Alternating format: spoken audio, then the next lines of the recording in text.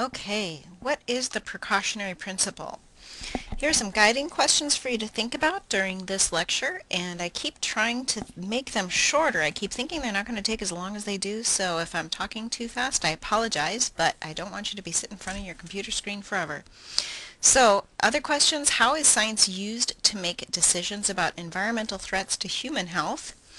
How are policy decisions made about environmental hazards, and what is the evidence of harm to humans in the case of lead? So we'll take a look at the history of the regulation of lead and our understanding about how lead might harm humans as a case example, and what is known about how pollutants affect children in particular. So the precautionary principle, this was developed by the United Nations, and it really pertains to how much evidence of harm is enough to require regulation of a pollutant. So where there are threats of serious or irreversible damage, lack of full scientific certainty shall not be used as a reason for postponing cost-effective measures to prevent environmental degradation. And this also applies to taking effective measures to prevent harm to humans as well. So science is fallible, but it's still the best approach to gaining the best knowledge about effects of pollutants on people and ecosystems.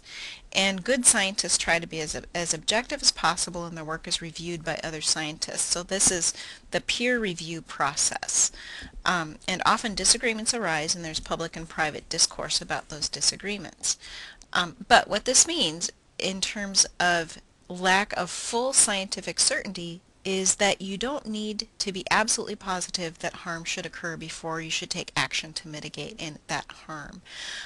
So think about the fact that the Surgeon General first warned about the harms of cigarette smoke in the early 1950s, but it took a very long time to take measures to protect children, for example, and workers from secondhand smoke. So how do you implement the precautionary principle? Preventive action should be taken as long as there's some evidence of potential harm.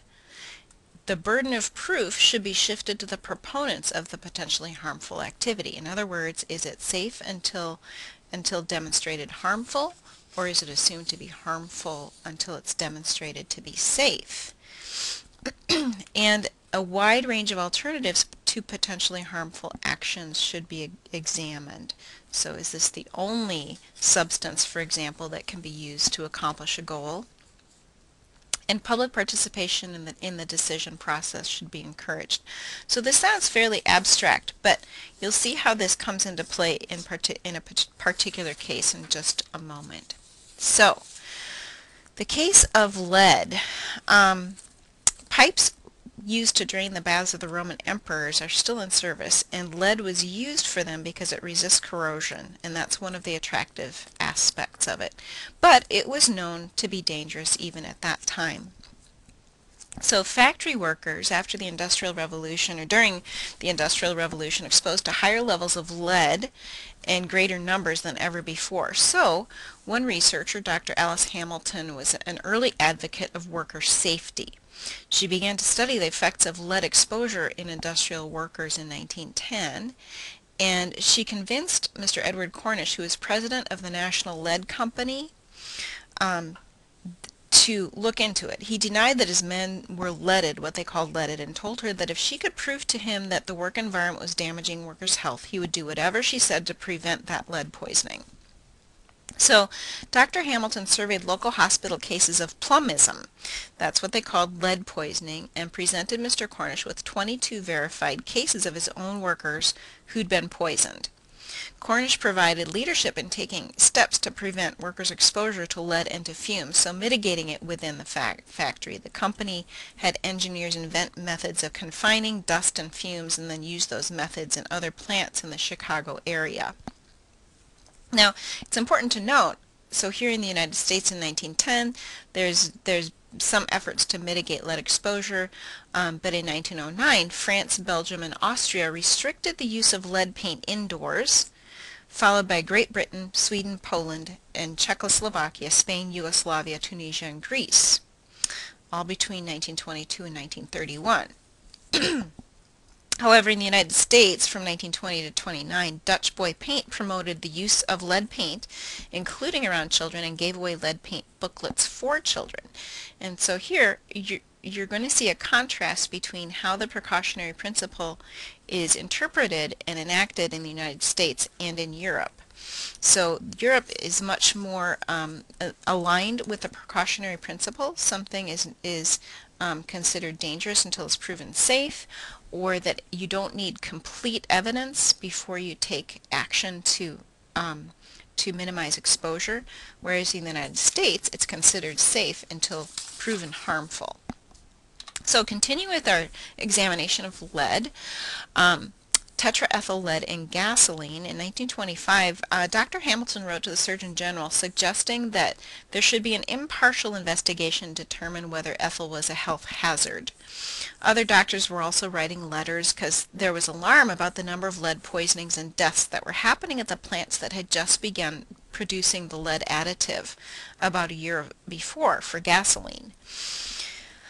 So for example, in 1924, 35 of 49 workers at Standard Oil's ethyl lead labs in New Jersey became severely lead poisoned with palsy or muscle tremors and hallucinations, and 5 of them died. So that's pretty severe.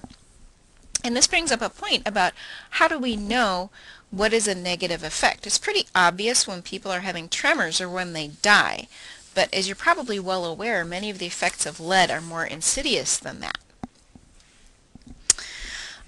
Also at the DuPont plant in New Jersey, there was poisoning and deaths. And the New York Times called that facility the House of Butterflies because those who worked there were often poisoned to the point of hallucinations. So as a result of the public outcry and letters from doctors like Alice Hamilton, the Surgeon General held a conference in May 1925. And so there was a debate, pro and con, about using lead in gasoline as well as other uses. So 3 doctors argued against the ethyl additive, predicting that there would be insidious changes. And so think gradually. Think about generational environmental amnesia. So for example, if lead has an impact on attention and cognitive functioning, and it's relatively minor, it could go under the radar, but that over time it's going to have a cumulative effect of impairing individuals, whereas it's not going to be very obvious that somebody is poisoned or that they've died, that there could be these more low-level problems that are more insidious, and that you'd see a gradual increase in that as there are more cars in use, because of course in 1925 there wasn't that much traffic. So the argument was made that low levels might be more harmful than is actually realized. But the argument for the ethyl additive was that it increased engine efficiency and would extend scarce gasoline supplies. So, and they called it a gift from God. At the conclusion of the conference, they said that it should not be banned, ethyl lead should not be banned unless there was proof that it was a public health hazard. Now, scientists don't often use the word proof because the probability of cause and effect is usually described in probabilistic terms. So you'll hear or see it written that they're 95% certain. There's a 95% confidence interval, for example, and they don't use the word proof because you don't have to have a 100% or a 1-to-1 correspondence in your analysis to determine that there is a causal relationship. And so what the standard of evidence that's required is pretty high. So they said that ethyl should not be banned unless there's proof it's a public health hazard. But they agreed that more research was needed and convened a blue ribbon panel that after 7 months concluded there's no good grounds for prohibiting use of ethyl in gasoline provided that its distribution and use are controlled by proper regulation. But the committee also warned that the hazards from lead could grow over time as the number of cars increased, and it would be important to study the possible effects on a continuing basis. So they suggested the research should be funded by Congress, but no follow-up assessments were conducted. At that point, all research was being done by industry. So you can see there was probably a conflict of interest there. So the decision standard and the precautionary principle is that the benefits have to supersede the risk. And so you can think about these two different positions. And Kehoe was a physician who was a consultant with the lead industry and became director of the Kettering Laboratory, which was funded by the lead industry and conducted research on lead and its effects. And most of the research on lead and lead poisoning prior to 1965 was conducted by this lab and was funded by the lead industry. So, according to Kehoe, if it's shown that an actual hazard exists from handling ethyl gas from exhaust fumes and is a danger to the public as a result of this lead additive, then the distribution of gasoline with lead in it will be discontinued. This is the innocent until proven guilty position. So it favors the status quo, safe until proven dangerous. This particular approach strongly favors the status quo.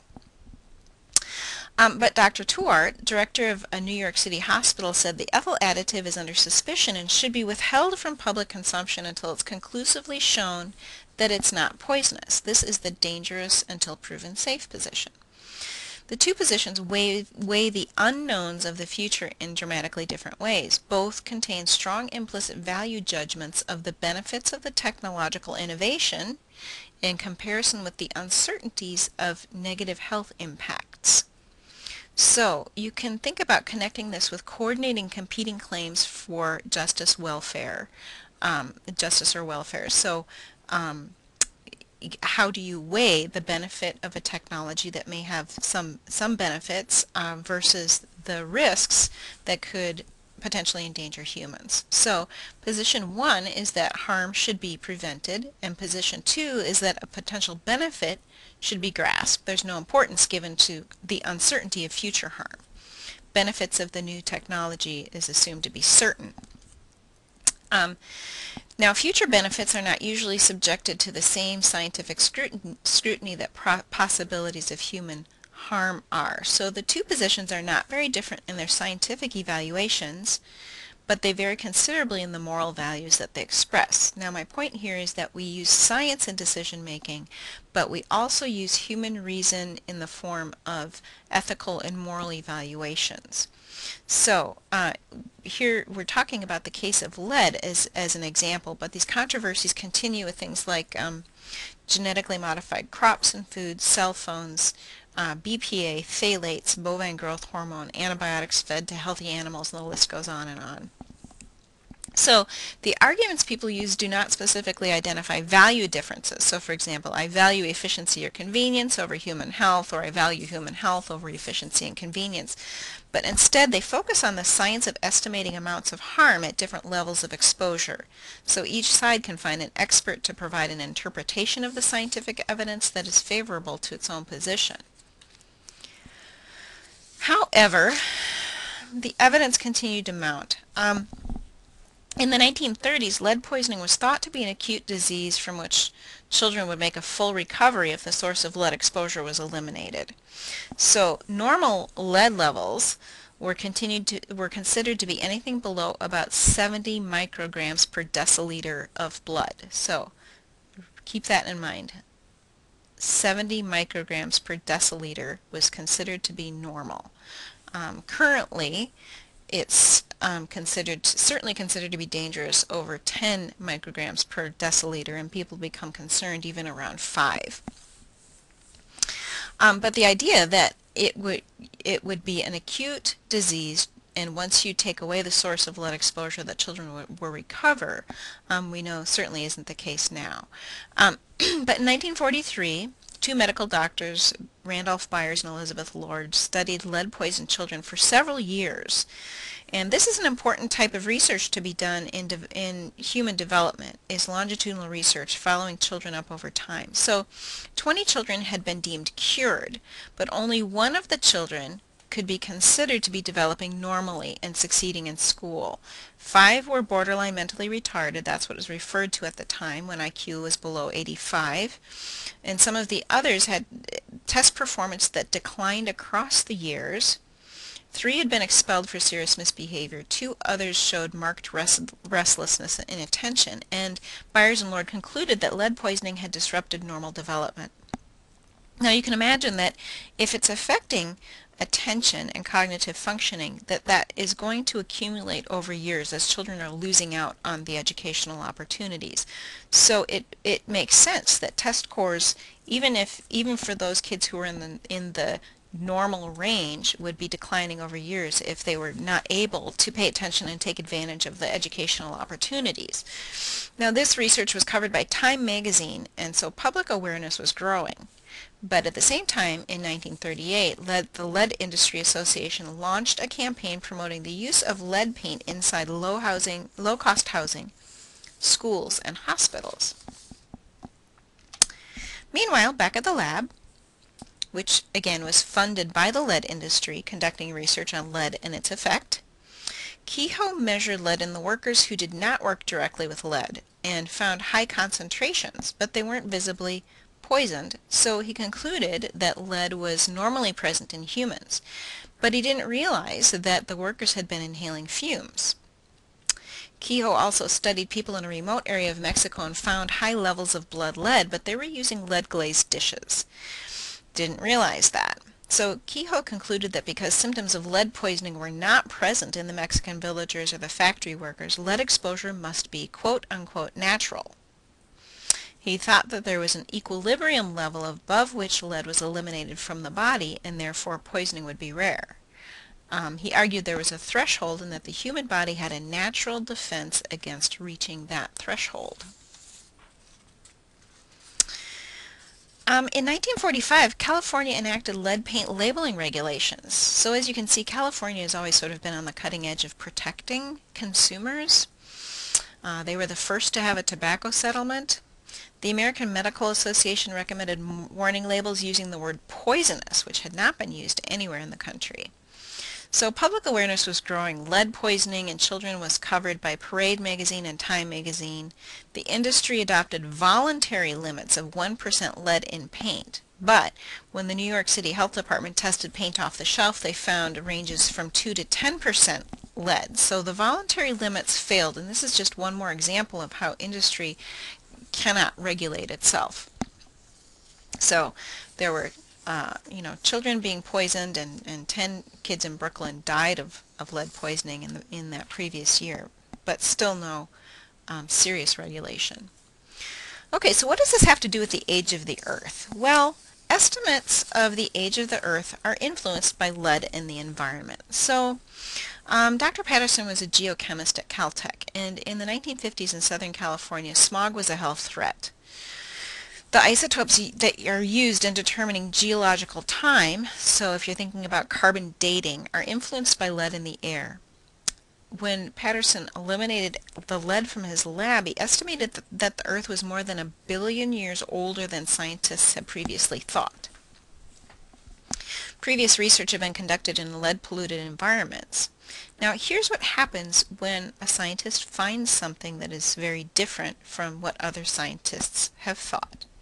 His research was met with ridicule, and the status quo was defended vehemently by those who had conducted their research in the context of high background levels of lead. So Patterson challenged the assumption that a high background level is natural. So the other thing that happens to scientists when you find unique findings that are very different than what has been found before is that they lose funding. So they took away his funding for his research. And some members of the Caltech Board of Trustees requested that he be fired. So this is the other thing that happens to scientists when they find something that is very different.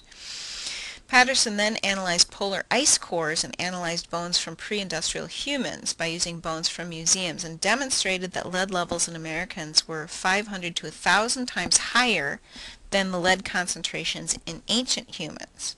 So, and that was as of the mid-1990s. Americans had, about 1 to 200 times the ancient exposure, but it was 500 to 1,000 times higher in the 1950s. So he was able to find very innovative ways to make those comparisons, and that ultimately, his data and his analysis of those data prevailed. In 1957, the city of Baltimore began to screen homes for lead paint, and in 1959, the Ethel Corporation sought permission to increase the lead to 4 cc's per gallon of gas. the Surgeon General convened a committee to evaluate the effects of atmospheric lead. In 1961, the Baltimore Health Department suggested removal of lead paint from housing in areas of the city with high rates of lead poisoning. So you can see that there were these multiple processes going on at the same time where some health departments were dealing with lead poisoning cases and wanted to take action to mitigate that, while industry wanted to advance their use of something that there was growing evidence was harmful. We've also seen instances before of debate about what is natural or normal, and this debate will certainly continue. But it's important to take it apart and look at the assumption decision criteria to try to get to the bottom of it, because there was some interest in determining whether this high background level of lead was normal or natural, in part to see whether or not regulation of that was justified. Okay, so enough evidence had accumulated by 1970, it's been 60 years now, that Congress passed the Lead Paint Poisoning Prevention Act. In 1972, the EPA issued rules requiring gas stations to have at least one lead-free pump. In 1973, the National Resources Defense Council sued the EPA for failing to issue air pollution regulations on lead, and the EPA issued the first air pollution regulations on lead, but then the Ethel Corporation sued to prevent enforcement. So on the one hand, the EPA was being sued for failing to issue regulations, and then on the other hand, being sued to prevent them from actually enforcing it. But the EPA won a Supreme Court appeal. Now my point in talking about these dynamics is, again, the strength of the status quo. There's high resistance to change in any system. At that point, there was a call to identify children with greater than 40 micrograms per deciliter of lead in their blood, and catalytic converters began to be installed in cars. And I can even remember when some people would talk about trying to burn out their catalytic converters because they didn't believe in unleaded gas. Finally, in 1978, lead in paint was prohibited. So 53 years after the Surgeon General's conference, and well after it had been banned in European countries. But do you think it's over? Well, hell no. In 1980, the lead industry was petitioning for them to rescind the air pollution regulations. In 82, they promised not to enforce lead regulations in New Mexico. In 1986, the New York Times reported that an Ethel Corporation representative said the EPA lead rules were influenced by, quote, rabid environmentalists. Pay very close attention to how language is used, because that sort of derogatory language is essentially an argument ad hominem. It is not an appeal to evidence. Appeals to evidence are strong arguments. Arguments ad hominem are weak arguments. So pay attention to that as you see these sorts of things in the news and in current events. So up to this point, lead had really been treated as a medical issue, and lead poisoning. But behavioral scientists really started to get into the act in the 1970s and the 1980s to look at cognitive functioning and behavioral functioning of kids who were exposed. And so this really speaks to that issue of, is it an acute problem where you have disease above a certain level but no harm below a certain level, or is it something that is more insidious, as people were potentially concerned about in the early 20th century? So just to remind you, before 1965, most research was funded by the lead industry. But after the health hazards were acknowledged and lead was regulated, research began to be funded by the National Institutes of Health. So public funding, because it was acknowledged to be a public health issue. So there had been some scientific disagreements about quote, sub-poisoning levels of exposure, when I'm talking about the potential insidious nature of it, that it's obvious if there are tremors or gray teeth and gums, paralysis and hallucinations, but there's less agreement about the more subtle symptoms. So Herbert Needleman in 1979 published a study of 150 mostly middle-class and white children from Boston suburbs documenting differences in IQ and teacher ratings of attention as a function of lead. So in other words, the higher the lead levels in their blood, the more symptoms they had. And their blood lead levels ranged from 12 to 24 micrograms to deciliter, which are pretty high by today's standards, but below the threshold for poisoning at the time. And the reason that it's important to point out that these were mostly middle class and white children is because some people were arguing that the associations with lead poisoning, which were happening in urban and poor areas, were a consequence of being urban and poor. And so it was important to study kids in a different context.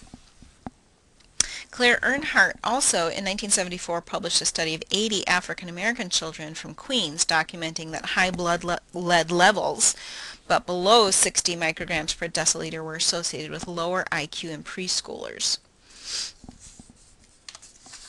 So there are a couple of different ways that we can think about decision criteria. When we're doing statistical analyses, we establish a certain level of certainty. So for example, if we say that a probability is less than 5 in 100, that's the p is less than 0.05, what we're trying to say is that there's less than 5 chances in 100 that you would get this result by chance alone. So we typically talk about 5 out of 100, 1 out of 100, or 1 out of 1,000. So probabilities less than 0.05, 0.01, or 0.001. But a false positive error is concluding that something's harmful when really it's not. So for example, you might say, is there a difference between these two groups? And conclude that yes, there's a difference when really there's not. Or you could say, is the amount of lead exposure associated with children's symptoms of inattention? You could say yes when the answer is no. On the other hand, a false negative error is when you conclude something is not harmful when really it is. So, for example, if you said, is there a difference between these two groups, and you said no, but really there is, or if you say, is there a correlation between the amount of lead in blood and children's symptoms, and you say no, but there really is. And so disagreements about scientific criteria can really turn on this point. What do we count as being reliable evidence? Do you need evidence to demonstrate harm, or do you need evidence to demonstrate no harm? And it might seem like a minor difference, but if you look at the precautionary principle, it depends on where you think the evidence needs to rest. And it's important to note that scientific uncertainty is never eliminated. Even in the best science, you can say that there is good evidence, within a probability of 0.05, but that might not be good enough for somebody else. So lack of scientific certainty, remember back to the precautionary principle, about serious or irreversible negative effects of a particular type of pollution should not prevent cost-effective measures to remedy those effects. So the question is, how much evidence of harm is enough to require regulation of a pollutant? Okay, so now we're going to go down under. We've talked a little bit about Europe and the United States. Well, these problems were pretty widespread. So in 1977 in Christchurch, New Zealand, all children in the Christchurch urban area born in 1977, more than 1,000 of them, were enrolled in a longitudinal study. And this is really sort of the gold standard of research paradigm in developmental research, is following children over time. Lead is stored in bones and teeth, so parents were asked to save one of their child's baby teeth. It's really an innovative research technique. Children were then tested at 8, 9, 13, and 18 years of age with standardized tests of reading and IQ. And also standardized measures of behavior were given to mothers and teachers. They also measured other factors that can influence IQ test performance. These are sometimes what people call confounding variables, things that could account for the outcome. So things like parent education, socioeconomic status, ethnicity, and home environment. So at ages 8 and 9, IQ wasn't related to lead in the baby teeth, but reading scores and teacher ratings of school performance were. The lead was also related to both teacher and parent ratings of inattention and restlessness, even after accounting for the other background variables. At age 12, lead was related to reading scores and teacher ratings, and also related to both teacher and parent ratings of inattention and restlessness, even after accounting for other background variables. And at age 18, there were 5 measures of educational outcomes: school certificate passes, leaving school with or without formal qualifications, the number of years of secondary education completed, standardized reading test scores, scoring below the 12-year-old level on reading, and what they found is that tooth lead at age 7 was associated with all 5 educational variables at 18, even taking into account all the background variables. Now this is pretty powerful evidence that lead is harmful. So even though at some of the younger ages there were associations with inattention and restlessness, but not all of the cognitive measures, as I was talking about before, that the impact of inattention can be cumulative over time, that maybe kids are able to perform in the first years of school, but if they're inattentive and restless, they're not going to get the benefit from sitting in that classroom that kids who are less exposed to lead would. And so this is particularly strong evidence. Similarly, in Australia, Port Pirie, 90% of the children born in that area between 1979 and 1982 were followed. Lead was measured in umbilical cord blood after birth and then periodically until 11 to 13 years of age. And the average amount was about 14 micrograms per deciliter. They found consistent associations between lead exposure and cognitive functioning from ages 2 through adolescence.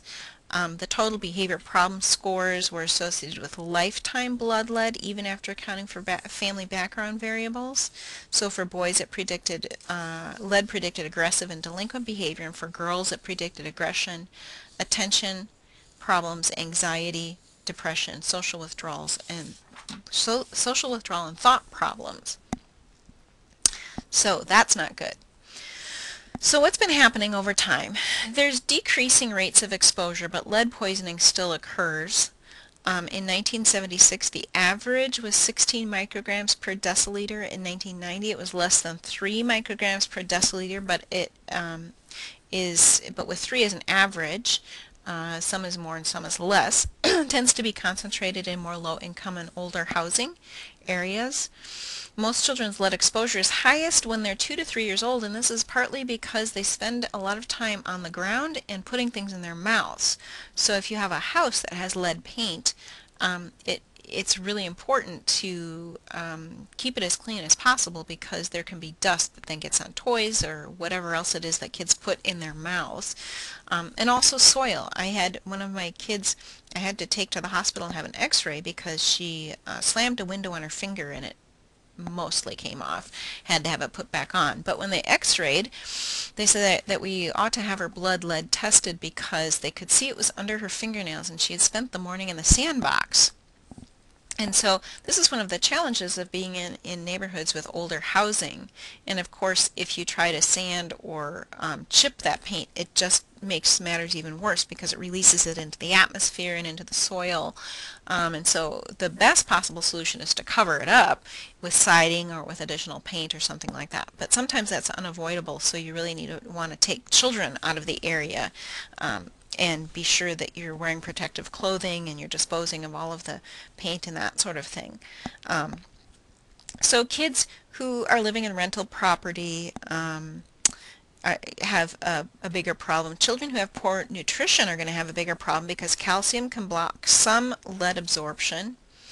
And high lead is almost 7 times more likely for African American children living below the poverty level than for middle class white children. So where children are living is important. Their nutritional status is important as well. So here is a place where you can see that there's a significant difference according to both ethnicity and income, with the highest levels of lead in non-Hispanic black children who are low income, and the lowest lead levels in non-Hispanic white children who are high income. So what this tells us is that exposure to pollutants is not an equal opportunity event.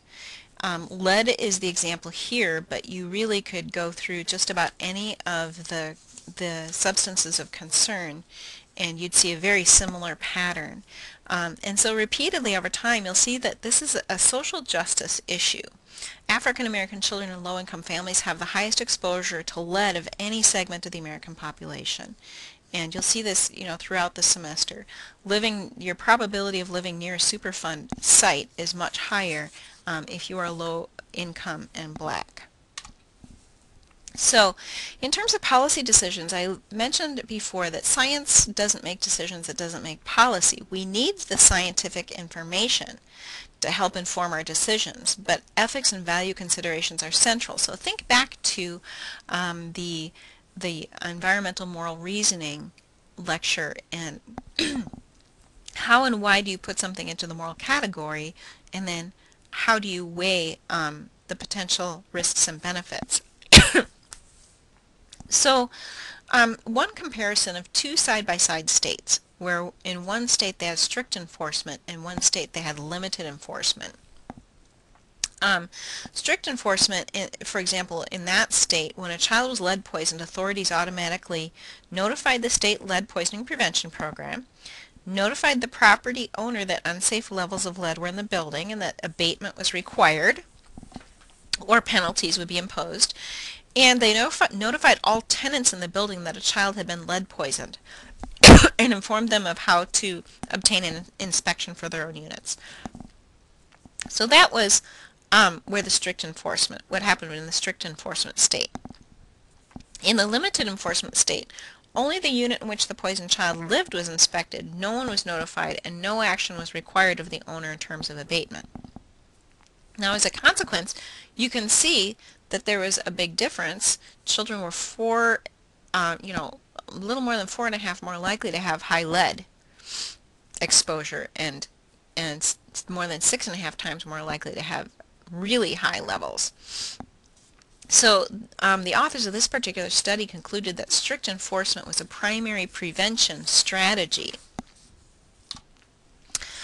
So another way to think about this is when you're mapping out what the potential risks are and what the potential benefits are, you want to be in a situation where you have high benefits and low risk as much as possible. But also it's important to note that the thresholds for what you judge as high and low might shift over time. So recall that in the early 20th century they thought that anything below 70 micrograms per deciliter was safe, but that shifted tremendously. So we really want to see kids being below 4 or 5 now, and in the 1990s the target was 10. So think about how you can use different dimensions to make a risk and benefit assessment, and what role the science plays and what role your assessment of the ethics plays. Some other issues to consider, in particular with children, that may be a little bit different than adults. So, for example, some kinds of pollution are stored in our bodies for very long periods of time. So lead, PCBs, some pesticides, some radioactive isotopes. And so accumulation happens. Most toxins are more harmful to children than they are to adults, in part because children are immature and they're developing so rapidly, particularly neurologically they're developing so rapidly, so the brains are vulnerable, nervous system is vulnerable. But also, if you think about a dose, any kind of a dose of a toxin relative to how much a child takes in is going to be much higher. And so a few years back, when there was controversy of a known carcinogen that was used on apples, children eat more apples and the exposure, and drink more apple juice, and the exposure per body weight is much higher for a child than it is for an adult. And so we need to be, for these reasons, we need to be especially concerned about thresholds for children. We also need to think about that children are exposed to, and adults are exposed to multiple toxins. And when toxins are studied, often they're studied one at a time. And so what is the effect of one toxin on health or development? But people are exposed to multiple toxins, and those interaction effects may be very different. Another concern is this disease threshold versus a dose response effect that I alluded to before. So in the disease view, a person has or does not have a disease as a result of exposure. So it's a yes-no answer. And searching for a threshold of exposure that results in illness. But a lot of pollutants show more of a continuous dose response effect. Low doses yield small effects and higher doses yield greater effects. And so the question is, how certain should evidence be to warrant protective action, and where does the burden of proof lie? So from the view of the precautionary principle, you don't need a body count of deaths or cancer cases to conclude that a category of pollution can have serious developmental effects and should be regulated. And the burden of proof should be shifted to the proponents of any potentially harmful activity from the perspective of the precautionary principle.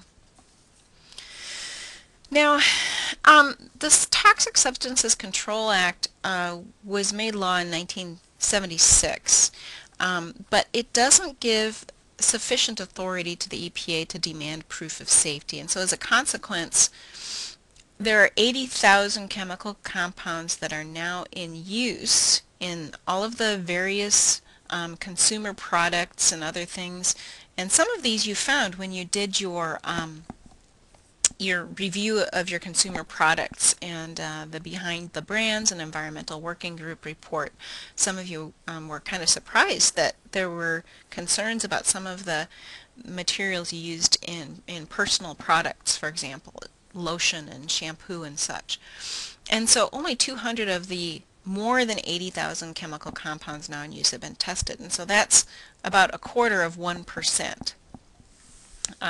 And so that's not nearly enough, because over time we've learned an awful lot about things like phthalates, and so phthalates are a class of substances called endocrine disruptors, so they have a hormonal effect, and so they mimic hormones, and they're used to make plastics softer so that they're not brittle, they don't break off. So if you have a baby toy, it doesn't chip off and the baby doesn't choke on a piece of it.